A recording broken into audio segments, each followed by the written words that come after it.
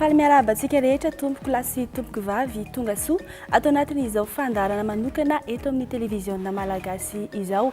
Fandarana manokana iresahana indrindra manodidina ny aretina polio, ny ady ataon'ny fanjakana malagasy amin'izany amin'ny alalan'ny ministeran'ny fahasalamam-bahoaka sy ireo mpiara-miombonantoka aminy. Mandray vahiny ny fandarana amin'izao fotoana izao, hiady hevitra indrindra izy ireo mikasika izay aretina polio izay. Vahintsika voalohany ny professeur Andriamanarivo Mamlalatiana, ministry ny fahasalamam-bahoaka. Eo ihany koa ny professeur Charlotte Faty Ndiaye, solitena maharitry ny OMS, tonga soa. Madame Elkovich, solitena maharitry ny UNICEF eto Madagasikara. Eo ihany koa i Madame Danielle Nirandoutie, talen'ny fahasalamana eo anivon'ny USAID. Eo ihany koa Monsieur Jean-Marie Fumery, gouverneuran'ny Rotary district 92-20, tonga soa tompoko.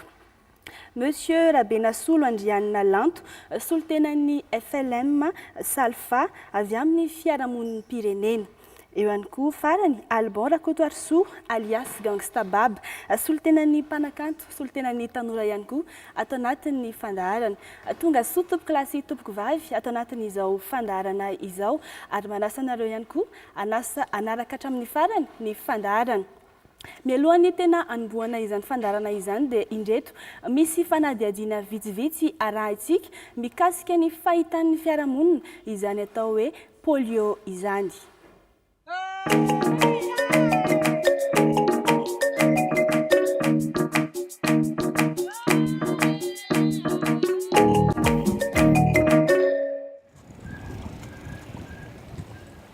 Ny vaksiny polio raha famantarako azy aloha dia ady amin'ny lefakozatra. Sanany zany ohatran'ny fanafody hoan'ny ankizy dia efa nisy foana izy taty hatramin'izay dia amin'izao indray mbola misy indray. Tsy fantatro le vaksiny polio. Fiarovana amin'ny aretin'ny zaza. Fitadidiko tompoko. Fiarovana momba ny zaza. Miaro amin'ny aretin'ny ankizy. Momba ny aretin'ny zaza tompoko. Alemy. Hoe amin'ny lefakozatra. Vaksiny polio miala amin'ny lefakozatra. Miaro amin'ny lefakozatra. Tsy tadidiko. Fiarovana amin'ny fantatra ka, fiarovana amin'ny ino moa? Lefakozatra. Inona moa le lefakozatra? Vaksiny miady amin'ny lefakozatra. Vaksiny miaro amin'ny lefakozatra na miteva zay zao poliomyélite. Lotsina ianao zany a.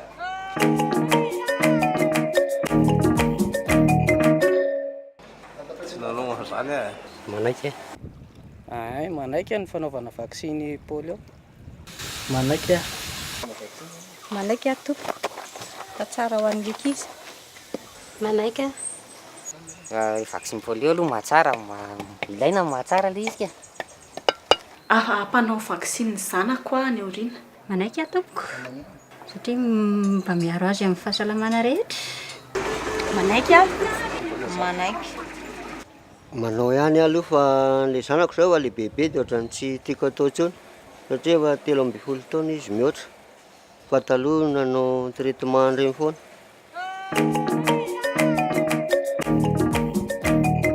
Toy izany ary fahitan'ny fiarahamonina, ny anivon'ny fiarahamonina ny aretina polio. Miantefa aminao avy hatrany Andriamatoa Minisitra ny fanontaniana voalohany. Aiza ho aiza tokoa moa izany no toerana azo isokajianan'i Madagasikara raha eo amin'ny ady amin'ny polio no asiana resaka. Ny voalohany teny aloha dia hoe efa 7 taona lasa zany tsisy sehona poliomyélite na lefakozatra intsony teto Madagasikara. Fa tamin'ny farany io zany le taona hoe poliomyélite sauvage. Fa tamin'ny farany taona 2014 tamin'ny volana Oktobra dia nahitana kahana ataontsika hoe sehoana polio hafa kely taty Madagasikara tany amin'ny faritra Analalava tany Antsohi tany zany tany amin'ny faritra Sofia dia nanomboka n'io cas io dia 12 parapatonga ny volana oktobra tamin'ity taona ity zany 12 nisan'ny cas ataonay hoe polio virus VDPV io izay niparitaka nanerana Madagasikara nanerana anty-nositsika ity. Eny ary marina izay hoe 12 ny cas-na polio hita teto Madagasikara kanefa ve mbola mety isy atahorana hoe tranga hafa indray raha hoantsika eto Madagasikara ihany no asiana resaka? Izay mihitsy ilay izy satria izy io manko ny poliomelita manko virus ary ny virus tena miparitaka vetivety kely mihitsy ary izay no nahatonga anazy hoe vetivety kely tao oktobra dia misy 12 ary tsara fantarantsika zany fa raha misy cas anankiray zao hita dia iny mety misy risque amin'ny zaza 200 na 200 izany. Ny antony ataontsika hoe ny antony mahatonga an'ilay ataoko hoe famparitana izy io dia tsotra. Voalohany indrindra aloha tsy fampian'ilay ataonay le taux de couverture vaccinale tsy ampy le tahan'ny zaza vita vaccine zany. Dia ny faharoa rehefa tsy ampy le tahany fanaovana vaccine io miparitaka ilay izy amin'ny alalan'ny indrindra ny fampiasana rano maloto ny fampiana fahadiovana na ny hygiène zany izay ny manaparitaka an'ilay izy ary any amin'ny toerana izay nisiny le sehoana le fakozatra teo zao dia tena any amin'ny toerana izay tena misy olana rano ohatra misy problème amin'ny rano fidiovana ohatra. Eny ary anoizantsika ny fandaharana misaotra anao Andriamatoa Minisitra amin'ny valim-panontaniana dia andehantsika hanaraka ity fanadihadiana manaraka ity indray fijoroana vavolombelona raim-pianakaviana iray mananjanaka nitondra takaitra vokatry ny aretina polio izy ity arao ary.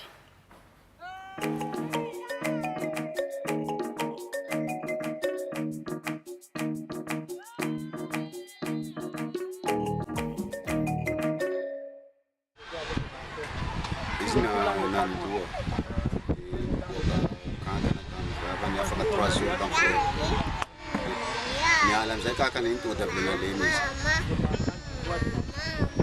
Fa nalemy manko izy dia nandeha zany dokotera amizay naka le kakana azy dia tsy ary nandefasana ireo anazy Tsy afaka ny mandeha. Azy ndraiky natahotra zany satria le aretina zany ohatrany mafy ohatra le afatra manko raha ohatra aminakahy samy reny tsisy akoatrany hoe manao fiarovana zany le fiarovana manko olonahitra be indrindra.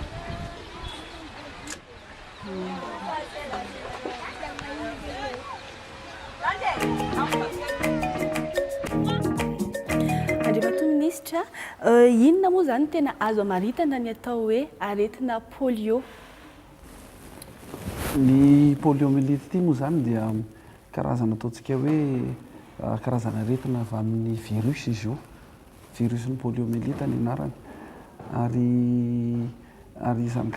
izany virus zany dia zarazaina hoe miparitaka amin'ny vatanteny indrindra amin'ny resaka ataonay amin'ilay resaka hoe ozatra zany ary ozatra io na ny amin'ny ati-doha ary misy ary izay malefa kozatra azy satria lasa malemy misy an'ilay hoe paralysie misy an'ilay paralysie ary tsy vitany hoe mety ny tena risque zany dia le paralysie io lasa malemy tanteraka nefany koa mety hitarika hatramin'ny fahafatesana mihitsy ary le izy ary izay zany nataontsika ny hoe poliomelite ity marihana zany fa ataontsika hoe efa firenena maro zany no efa tsisy an'izy io intsony fa teto amintsika ilay izy dia lasa nisy seho 12 tao anatin'ny volana vitsivitsy satria na inona mahatonga zany le lazaiko teo hoe tsy fampiny le taux de couverture vaccinale fa indrindra koa zany tsy maninona amin'ny tenan'izany fa momba misy fitahirizana manokana manko ireo vaccine ireo le ataonay chaîne de froid zany dia ireo koa zany tsy maintsy atao tsara zany koa zany anisan'ny natonga le seho sasany teo ireo noho ny tsy fampiana noho ny tsy fampian'le fanaovana vaccine ary ny zavatra tsara fantatritsika kosa nefa dia zao tamin'ny volana aogositra izy farany nisy ozy izy tsika teo zany nisy zany hoe zao zany izy dia afaka mitenitsika manao hoe efa tafajanona le izy zao le propagation na faritahana inona natonga an'le izy dia ny finiavana tamin'le fanaovana vaccine tamin'ny voalohany aloha ry efa 5 zay nisy vaksiny natao, roa zany aloha dia le zaza latsaky ny 5 taona natao, dia le telo farany zao tena 12 taona mihitsy. Zay ihany ny fomba nijanonana n'le fiparitahan'le virus ity. Ary ny tena zavatra nafinaritra dia tena ny gouvernement fanjakana mihitsy ny tena niditra an-tsehatra. Taritin'ny président ny république sy ny vadiny zay renim-piahan'ny reny sy ny jaza, ny gouvernement tany ray manontolo nanao n'le ady. Ary zany mahatonga antsika hoe tamin'ny volana aogositra nisy farany, fa raha tsisy an'izay le ady zay, ezaka nataon'ny reto mpiara-mombona antoka izay miaraka amintsika reto, nataon'ny ministera ny fahasalamana, nataon'ny vahoaka, nataon'ny tompona andraiky sarim-baratongony, dia angamba ny ataoko hoe mbola nisy kabedabe miseho tao anatin'izay taorian'izay volana aogositra izay. Sotra indrindra tompo. Miantefa indray any amin'ny professeur Charlotte Faty Ndiaye, solon-tena maritry ny OMS eto Madagasikara ny fanontaniako manaraka. Hono professeur, inona tokoa zany no atao anafoanana tanteraka ny polio eto Madagasikara?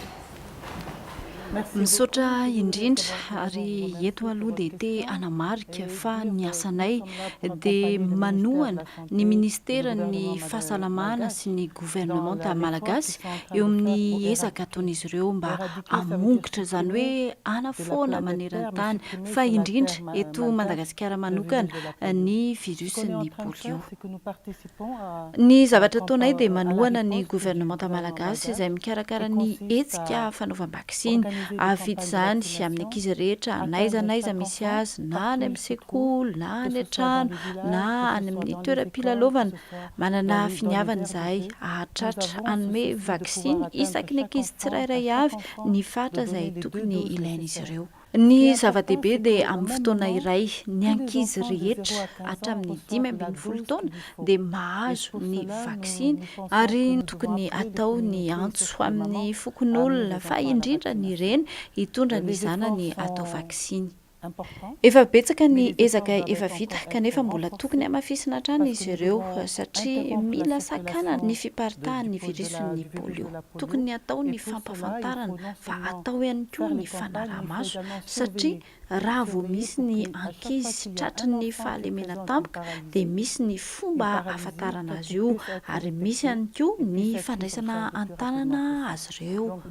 Amin'izao fotoana izao dia azo lazaina fa mitambatra avokoa ny hery entina anafoanana ny fiparitahan'ny polio. Soroana ary ve ny polio, ary inona mety natao tany amin'ireo firenena hafa na ahafahan'izy ireo nisoroka izany ka tsy hiverenany intsony? Nanomboka tamin'ny taona 1979 zao tontolo zao dia nanao ezaka entina hamongorana ny polio, ary dia tsy tokony hita intsony na eny an-dalana na any am-pianarana ny malemy ny polio, ny marary ny polio, maty ny polio, ary mba hatongavana amin'izany dia tokony atao ny vaksiny. Zaho eto dia sady manamafy no mampatsiaro hatrany fa isaky ny mamoaka vaksiny iray ireo siantifika maneran-tany dia io vaksiny io dia midika ho fahavelomana, satria ny vaksiny dia manome aina, ary izay no zavatra ataonay amin'izao fotoana izao. Isaky ny misy reny mitondra ny zanany atao vaksiny dia antoka iray izay ho an'ny fiainan'ilay zaza satria tsy tratran'ny aretina izy, ary izay indrindra no atao amin'ity hetsika izay karakarain'ny ministera ny fahasalamana ity. Amin'izao fotoana izao dia azo lazaina fa efa foana manerana n'izao tontolo izao ny virusy ny polio afa-tsy amin'ny firenena roa ihany dia Pakistan sy Afghanistan, ary 3 herinandro lasa izay ny continent afrikana dia nanamarika ny fandresena lehibe indrindra moa fa atao Nigeria izay firenena manano sarotra kanefa dia foana tanteraka ny polio io. Noho izany isika eto Madagasikara dia tokony hanao ezaka lehibe mihitsy amin'ilay fotoan-dehibe Desambra 2012 ary aprily 17 tokony ahafoana tanteraka ihany koa polio io. Azo atao tsara zany ny vaksiny ananantsika, vaksiny azo antoka mahomby 7.7 isan-jato, koa ny ankizy mahazo ny vaksiny amin'ny fatra izay tokony ho izy dia tsy tokony ho tratra ny polio intsony. Izay no tena zava-dehibe.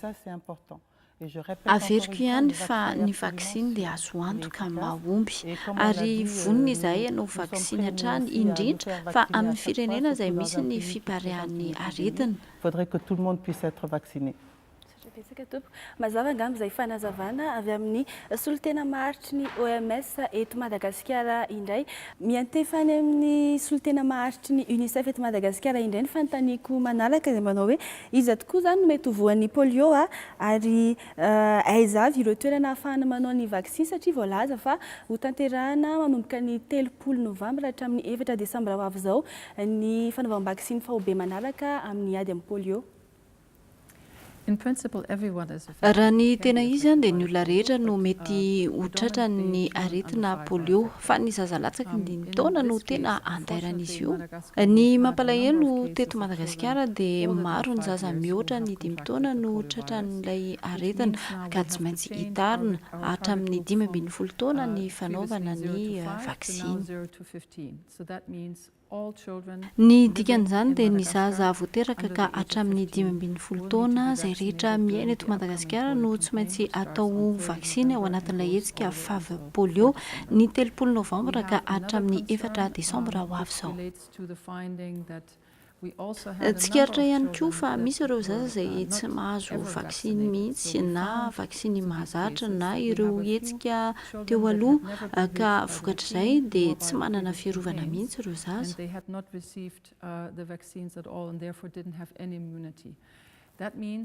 Ary midika izany fa misy ampahany amin'ireo zaza malagasy tsy voakasiky ny fanaovana vaksiny mihitsy. Mampatahotra izany satria tsy manana fiarovana polio izy ireo ary izay no mahatonga azy nandairan'ny aretina polio ary midika ihany koa izany fa tsy voaaro amin'ireo aretina hafa izay asoroana sy efa ananana vaksiny izy ireo. Dikan'izany dia tsy maintsy atao ny ahitana ireo ankizy izay tsy voakasiky ny vaksiny mihitsy hatramin'izay ireo. Ireo zaza ireo dia any amin'ny toerana sarotra lehy na koa miaina anaty fantrana izay tsy nahafa nahazo ilay vaksiny eny fa na dia mahay mampoana azy izany.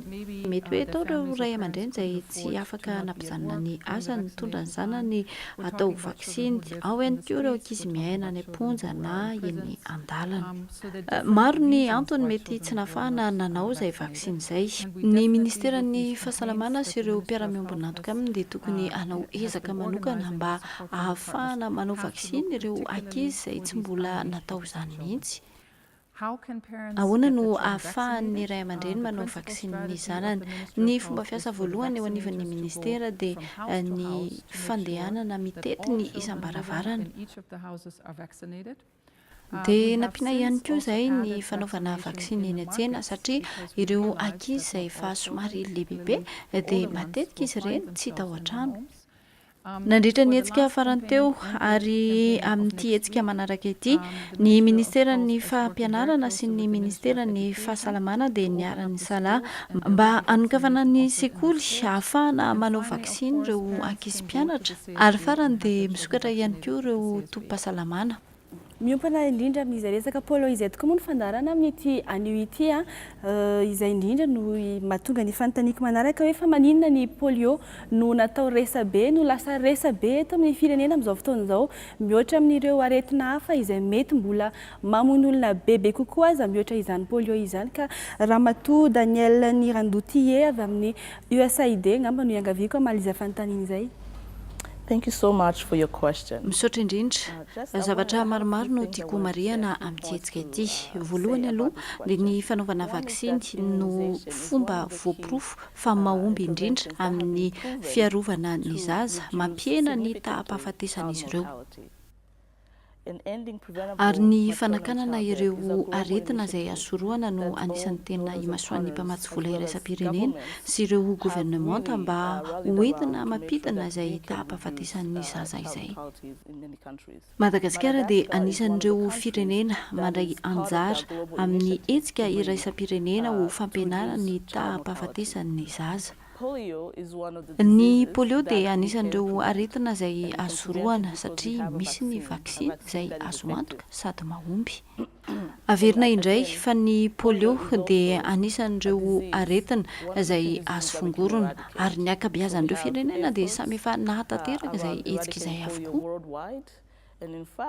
Ary araka ny nambarany solotena ny OMS teo dia firenena Rosia, Afghanistan sy Pakistan no mbola misy an'io aretina virusy ny polio io. Eto Madagasikara, ireo mpiara-miasa dia mbola manohana hatrany ny hetsika izay ataon'ny gouvernemanta izay te hamokotra hatrany io virusy ny polio io. Omena tanana ny gouvernemanta amin'ny fanaovana ny vaksiny fobe ary fanaovana ihany koa ny fanaraha-maso satria ny tanjona dia ny azon'ny ankizy vaksiny na iza na iza misy azy ireo na vaksiny polio na vaksiny hafa. Ny fanamafisana ny fanaovana vaksiny mantsy no ahafahana manatsara ny fandrindrana ny fahasalamana ary ahafahana ihany koa miady amin'ny aretina hafa toy ny tazo sy ny fivalana. Misaotra indrindra. Eny ary hitodika indray amin'ny vahintsika manaraka amin'ireto fanontaniana manaraka ireto. Inona no mba anjara biriky hoentin'ny Rotary amin'ny ady amin'ny polio? Misaotra betsaka nareo nanasanay mpikambanao amin'ny Rotary amin'ity resadresaka ity. Hatramin'ny fiatombohan'ny ady amin'ny polio maneran-tany, ny Rotary dia ny fanometanana trano tamin'ny OMS sy ny UNICEF teo amin'ny fanatanterahana ny hetsika fanaovam-baksiny. Fahindohan-drarahan'ny Rotary maneran-tany ny ady amin'ny polio ary izany dia atao amin'ny alalan'ireo club miisa 503 eran'izao tontolo izao. Anisan'izany ny district 9220 izay solopitena eto, izay vondronan'ny club 780 ary misy club 500 avy eto Madagasikara. Misy 500 mahery ny mpikambana eto Madagasikara ary manampy azy ihany koa ny club 12 ny tanora rotarien izay antsoina hoe Rotaraksien. Nisy fotoana tamin'ny volana aogositra lasa teo nahafahako niarany volo tamin'Andriamatoa minisitra ary dia nanamafy izahay ny fahavononan'ny club sy ny mpikambana Rotary handray anjara feno amin'ny hetsika fanaovam-baksiny. Nandray anjara sitrapo ireo mpikambana nandritra ny hetsika natao tamin'ny volana septambra sy oktobra ary mbola hanohy ihany koa amin'ity volana novambra ity. Ny Rotary maneran-tany dia manana fikambanana mpanao asa soa ary nanokana tahirim-bola antsoina hoe Fonds Polio Plus io fikambanana io.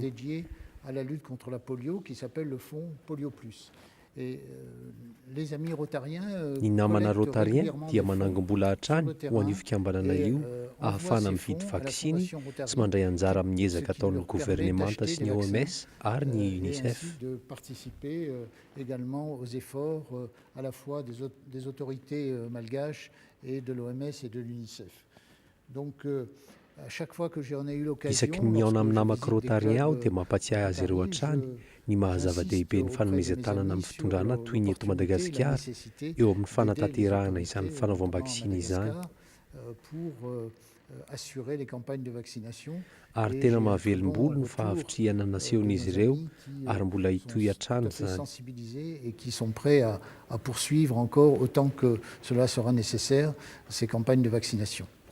Dia saorana betsaka anareo moa izany mitondra fanampiana ho an'i Madagasikara eo amin'izay ady amin'ny polio izay fa tiako sindriana kely Andriamatoa minisitra mandeha ny sao fa tsy misy eto Madagasikara velively ny polio. Teny ihany koa ny anivon'ny fiarahamonina fa tetiky ny gouvernemanta ampatahorana ny vahoaka fotsiny ihany ny resabe ateraky ny polio amin'izao fotoana izao. Asa misy fanazavana mety tiana hoentina manoloana izay? Voalohany indrindra aloha tiako verina kely amin'ilay fanontaniana teo ilay voalohany le napetraka ao tamin'ny représentante ny USAID teo. Fa maninona no polio no somary resahana be nefa misy aretina hafa koa mamono dia tsotra ilay izy. Tia ilay poliomyélite ity nge ka tena mahadanger azy, tena mampatahotra azy, virus izy io. Mba ataovy aneritreritra kely miparitaka eto izany ilay virus io dia ataoko hoe be da be no paralysé eto amin'ity Madagasikara ity. Mba ataovy aneritreritra kely izany hoe firenena anankiray feno paralysé dia ahoana ny fomba hivinanitsika an'izany. Marina fa misy aretina hafa eo fa zava-doza izy ity ary izany mahatonga ny fikambanana iraisam-pirenena fahasalamana manao hoe tsy maintsy atao izay éradikena an'ilay poliomyélite. Lasa tsy afaka miasa ilay olona, tsy afaka mitondra famokarana ilay olona rehefa malemy. Dia ilay teninao teo hoe ampitahorina ve ilay vahoaka sa misy tsao be mandeha ilay izy. Io zany tsy tsao araka ny voalazanao teo fa tena misy ilay izy 120 nisy teto amintsika. tany Nigeria zao dia la voalaza teo fa efa tsisy tsony. Nigeria nefa firenena goavana be midadasika, misy olana misy ady any amin'zareo vitany nandresan'ilay izy. Dia ahoantsika eto Madagasikara milamina tsara no tsy ho vitantsika. Ahoana ny tsy nahavitana ary ny mialatsiny raha somary manamafy kely izay tiako lazain'izay manao hoe zay le fomba le toe-tsaintsika le tsao zay mihitsy a no mbola tsy nandresentsika amin'ny poliomyélite. Fa raha ohatsika samby resy lahatra daholo araka mbolazan'ny représentante ny UNICEF teo hoe atao vaccine daholo ny zaza dia efa resitsika fela be io poliomyélite io. Eto dia somary amin'le resaka tsao any izy ity io le resaka hoe poliomyélite araiky amby folo io dia ohatra amin'izao misy manko le atao an'ilay comité national de lutte contre la poliomyélite eto Madagasikara izy io. Misy ataontsika hoe misy atahorana zany ny toerana any. Io zany tsy ataotao foana mihitsy izy io. Dia efa jerevana misy komity manokana mihitsy mijery azy. Dia rehefa avy eo alaina le zavatra iny, le atao analizy le olona le misy le izy zany dia alefa ty Antananarivo aty laboratoire amin'ny Institut Pasteur. Dia rehefa avy eo mbola confirmena any Afrique du Sud. Zany hoe le raiky amby folo voalaza teo zany dia efa tena ataoko hoe indroa no hamarinina mihitsy le izy mba ilazana amintsika fa tena hoe misy le virus le poliomyélite teto amintsika na le fakozatra teto amintsika. Manapetra ihany tompoko lahy sy tompoko vavy ny fotoana anatanterahana izao fandaharana izao. Ny adihevitra nefa tena mbola mafana manodidina izay polio izay satria amin'iny herinandro iny koa no hanomboka ny fanaovam-vaksiny fahobe entina hiadiana amin'izay aretina lefakozatra na polio izay. Ka noho izany dia tsy maintsy hifaranety ny fandaharana saingy manome toky anefa izahay fa mbola hitoy izany ka arahinao ny alarobia 2 desambra amin'ny 4 ora sasany latsaka 5 eto amin'ny TVM ihany ny tohin'ny adihevitra sy ny famelabelan-kevitra nataon'ny vahiny tato anatin'ny fandaharana mandra-pionary tompoko lahy sy tompoko vavy.